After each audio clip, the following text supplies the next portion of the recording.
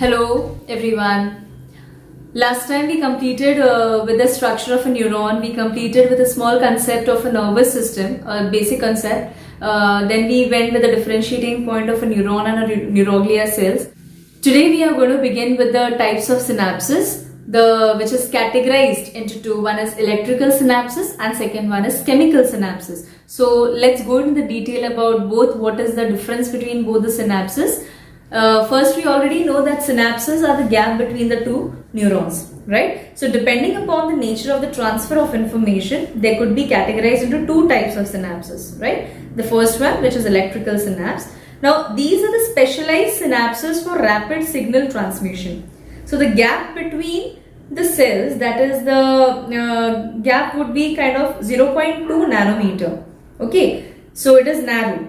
So the cells are connected by the hollow protein channels, okay? So these kinds of direct communications between the cells are rare but do exist, fine? Now the chemical synapses are what? These are the commonest kind of synapses. Now neurons transmit information across synapses using the chemical transmitters or which is called as neurotransmitters. As we gave an example last time, that is acetylcholine, right? So the gap in the synapses is more here, say like about 10 to 20 nanometer.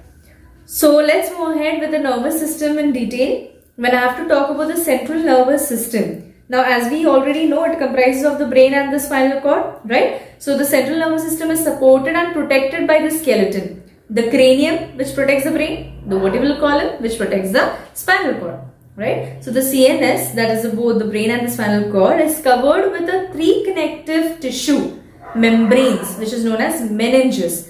Now this meninges can be categorized into three. Now that three is what? That three connective tissues are what? The first one is the dura mater, and the second one is arytenoid. The third one is pia mater. Now when I say dura mater, it is a tough outermost membrane which is attached to the skull and brain and vertebra and spinal cord. Whereas I talk about the second membrane, that is arytenoid, it forms a middle membrane. So between the dura mater and the pia mater. And what about the pia mater? It is the innermost one, which is very delicate. Innermost membrane, which is very delicate, and it covers the nervous tissue of both the brain as well as the spinal cord. Okay. Then there is a space which is known as a subarytenoid space. Now this space is between the arytenoid as the pia mater. Arytenoid, which is the middle membrane, and pia mater, which is the innermost membrane, right? And there is a fluid which has been filled, which is termed as CSF, that is cerebrospinal fluid, fine? So what is the function of that CSF? The blood vessels which lie within the CSF and so the CSF allows the exchange of respiratory gases, nutrients and waste between it and the nervous tissue, and it also protects from mechanical shock and even injury. So it acts as a cushion there, okay? So there is something which is known as grey and white matter of CNS. Now the CNS shows two distinct areas, which is known as a grey matter and a white matter. So what is the difference between a grey and a white matter of CNS? Now the grey matter, the word itself says grey, so the color would be grey, meaning it looks like grey in color.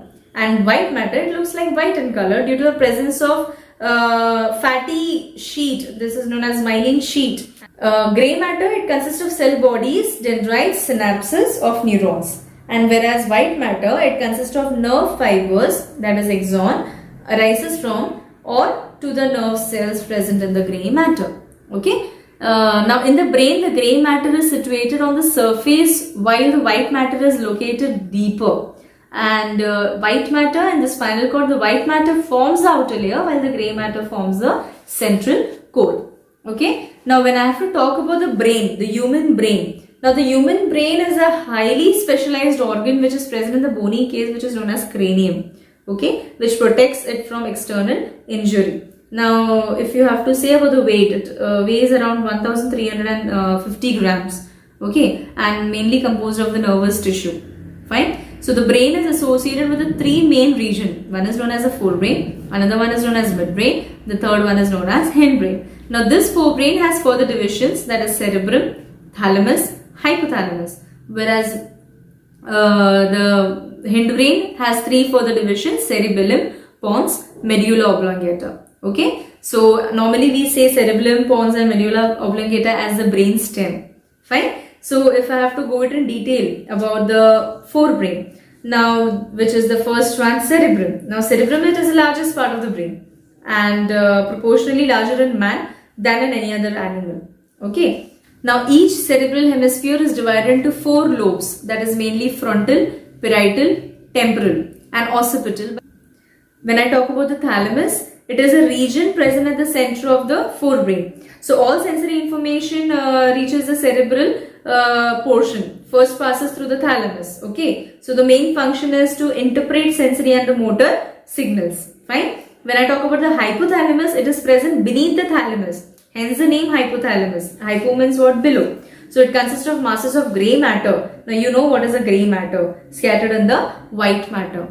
Okay. And now if I have to give a differentiating point, how it can be thalamus and hypothalamus, thalamus is present below the cerebrum, while hypothalamus is present below the thalamus, right? Now thalamus, it is a major coordinating center for who? Sensory as well as motor signaling, while hypothalamus is major center for regulation of body temperature, thirst, hunger, etc. Thalamus is what? It does not secrete any hormone, while hypothalamus, it secretes many hormones, several hormones. Fine. Now when I have to talk about the second one, that is midbrain. Now this was all about forebrain, cerebrum, thalamus and hypothalamus. Now midbrain is what? It is located between the thalamus or hypothalamus of forebrain and pons of the hindbrain. The third one is hindbrain, which meaning it consists of the cerebellum on the dorsal side, right? Cerebellum, it is somewhat at the back of the head, okay? And it also has grey matter on the surface, right? And also even white matter in somewhere in the center, okay? Now the cerebellum, what does it do? It is associated with certain voluntary movements which is originating from the forebrain, okay? The pons, it lies just above the medulla and acts as a bridge, okay? And the medulla which is there, medulla oblongata, it is posterior, most part of the brain and continues in the spinal cord, fine? And it also contains cardiac respiratory centers that controls the activities like heart action, respiration, coughing, sneezing, etc. Okay, so we name the midbrain and the hindbrain together or only the hindbrain as the brain stem. Fine. Now when I move with the second part